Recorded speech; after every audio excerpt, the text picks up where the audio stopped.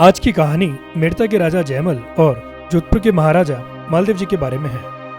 जयमल जी जो कि प्रसिद्ध कृष्ण भक्त मीराबाई के भाई थे और जयमल जी मीराबाई की तरह ही भगवान कृष्ण के बहुत बड़े भक्त थे। कहते हैं राजा मालदेव ने एक दिन मेड़ता पर हमला किया और हमले के समय राजा जयमल अपनी कृष्ण भक्ति में लीन थे और पूजा में जाने से पहले उन्होंने सैनिकों को आदेश दिया था कि उन्हें पूजा के दौरान परेशान न किया जाए।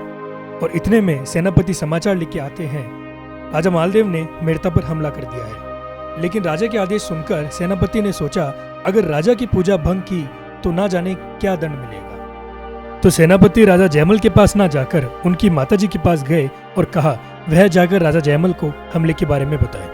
माताजी राजा जयमल के पास जाके हमले की सूचना देती है और कहती है आपको शीघ्र ही युद्ध के लिए जाना होगा। जयमल जी ये सुनकर अपनी सेनापति को आदेश देते हैं कि वह सेना लेकर युद्ध के मैदान में जाएं, वह स्वयं पीछे आ रहे हैं। और ये आदेश सुनकर सेनापति सेना समेत चले गए और इस घमासान युद्ध में मेड़ता की विजय होती है। कहते हैं जिस किसी युद्ध में राजा मालदेव खुद गए हों वो युद्ध कभी नहीं हारे सिवाय इस युद्ध के।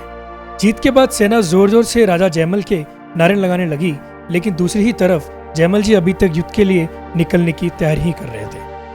सेना को बाहर खड़ा देख उन्होंने सेनापति और सैनिकों से युद्ध के बारे में पूछा।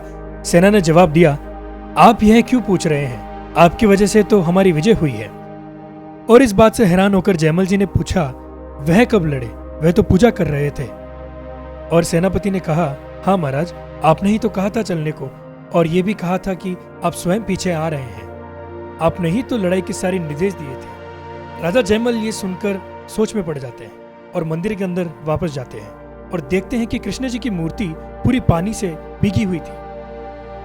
कुछ इस तरह जैसे मूर्ति को पसीना आया हो। तभी उनकी नजर मूर्ति के कानों पर पड़ती है जिसमें एक कुंडल गायब था। और जयमल जी पूरी सेना के साथ युद्ध के मैदान में गए और वह कुंडल उन्हें उसी ही युद्ध के मैदान पर मिला। यह चमत्कार देख सभी मेड़तावासी आश्चर्य में पड़ गए।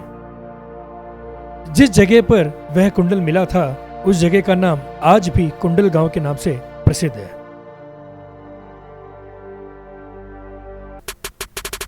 इस वीडियो को लाइक करें और ऐसी और कहानियां सुनने के लिए रिकॉर्ड्स ऑफ राजस्थान को सब्सक्राइब करें।